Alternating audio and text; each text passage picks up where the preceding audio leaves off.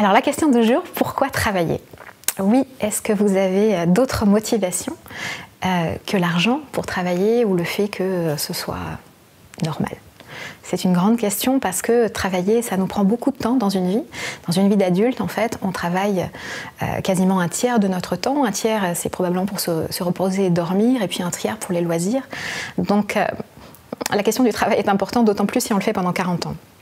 Jusqu'à l'âge de la retraite. Donc j'ai posé cette question en fait à plusieurs fois, mais notamment ça m'a marqué dans une grande école de commerce. Il y avait 500 jeunes devant moi et je leur ai demandé: est-ce que vous avez d'autres motivations que l'argent pour travailler? Si vous savez, levez le bras et je ne vous interroge pas sur la question. Et en fait, sur les 500, il y en a 3 qui ont levé le bras.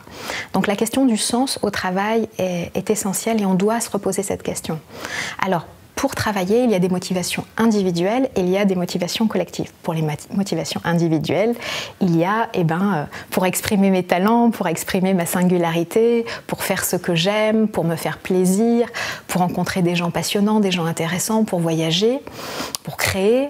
Et puis, il y a des motivations collective, en fait, pour me sentir utile, pour faire ma part pour le collectif, pour améliorer telle chose, pour contribuer à telle autre, pour prendre soin des gens.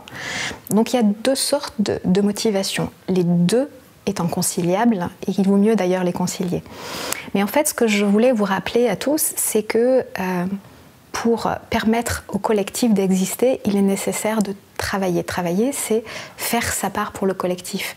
C'est mettre son temps, ses compétences, ses talents, sa personnalité, sa singularité, sa créativité au service du collectif, au service des entreprises, des personnes, des produits, des projets que l'on veut voir émerger. Donc recréer le lien entre l'individuel et le collectif est essentiel. La vie est une aventure certes individuelle, mais c'est une aventure collective.